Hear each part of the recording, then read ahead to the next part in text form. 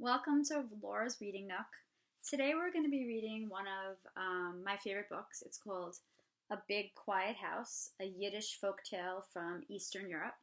I love this book because, one, I love the cultural aspect of it. It's really meaningful to me and to a lot of people I know. I also like the lesson in it, and it gives me a good chance to use a little bit of my voice acting chops, so it's fun.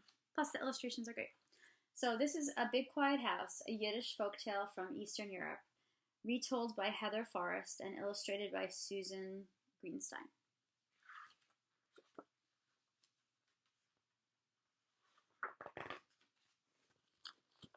Hope you can see that. Okay. There once was a man whose house was very small. It was cluttered with things from wall to wall. Every day he would say in a miserable way, "I need more room." One night he tossed and turned in his bed. His wife's snoring and his children's giggling annoyed him. He covered his ears and grumbled, "There is too much noise. If I had a big quiet house, I'd be able to sleep."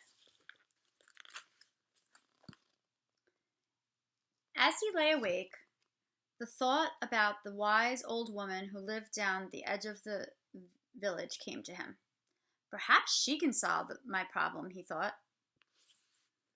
He threw off his covers, jumped out of bed, and went to seek the wise old woman.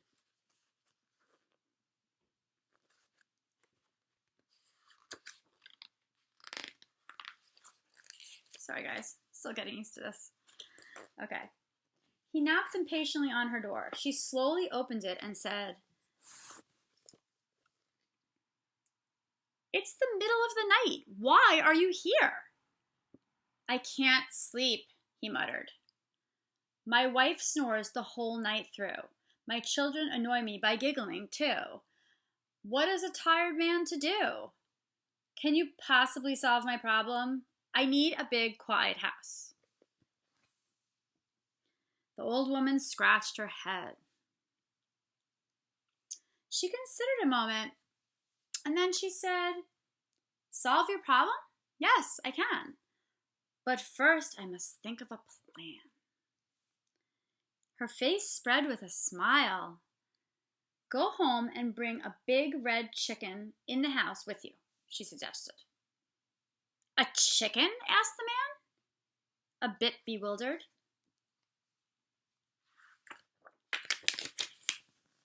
But he went home and he did as she told him to do. She was the wisest woman he knew. See the chicken? That is a big chicken. He caught his big red squawking chicken. He brought her into the kitchen and he let her go. The chicken strutted under the table. How is a chicken going to make my house bigger? He wondered. He went to his room, climbed into his bed, pulled the covers to his head, and tried to fall asleep. Meanwhile, the big red chicken crept out from under the table, wandered into the children's room, and began noisily pecking the son and daughter. "Bagok, bagok, bagok!" The wife tumbled with a thump onto the floor and chased the chicken. Feathers were flying. The children were crying. The wife was sighing, and the man couldn't sleep. He threw off his covers, jumped out of bed, and went to the wise old woman. He knocked impatiently on her door. She opened it and said, "It's the middle of the night. Go to sleep." "That's impossible," he moaned. "I brought a big red noisy chicken in the house with me. Feathers are flying. My children are crying. My wife is sighing. And I can't sleep. Can you help me solve my problem? I need a big, quiet house." The old woman said, "Solve your problem? Yes, I can. I just didn't tell you the whole plan."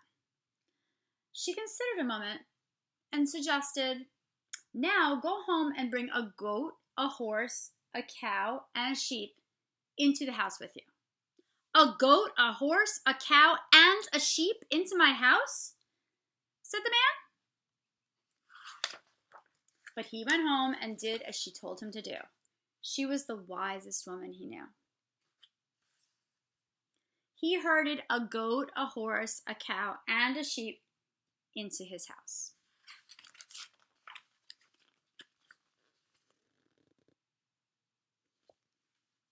Then, climbing clumsily over the animals, he got into his bed, pulled the covers to his chin, and tried to fall asleep.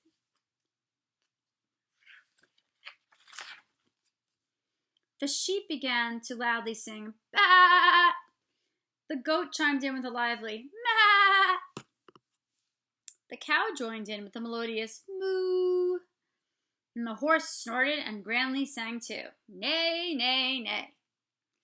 The singing and snoring woke the big red chicken, who wandered into the children's room and began noisily pecking the son and daughter. "Bagok, bagok, bagok."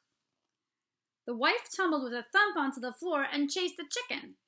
Feathers were flying, the children were crying, the wife was sighing, and the man couldn't sleep.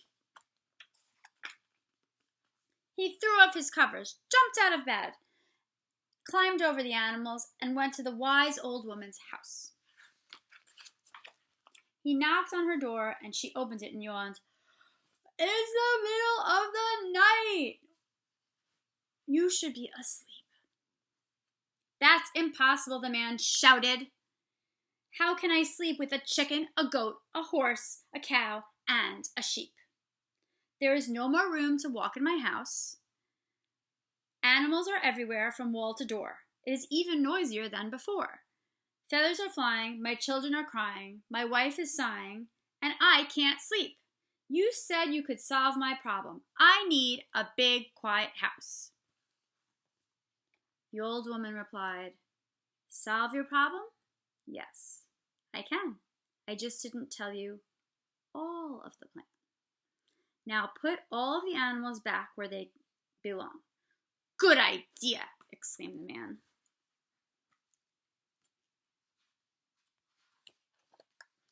He went home, gathered the animals, and herded them all out into the farm. Then he returned to his house and opened the door.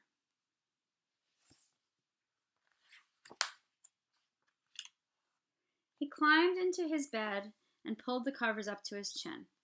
Without the singing and snorting of the animals in the next room, his house was so quiet.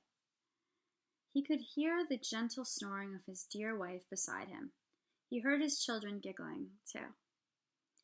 These ordinary sounds were no longer noise. They were music to his ears. He smiled and thought, "What a big, quiet house. Next time I moan the whole day long, complaining about what is going wrong, I will stop and count my blessings first. You know, it could always be worse." And with a sigh, he fell asleep. The end. I hope you enjoyed this reading of A Big Quiet House. Stay tuned for more.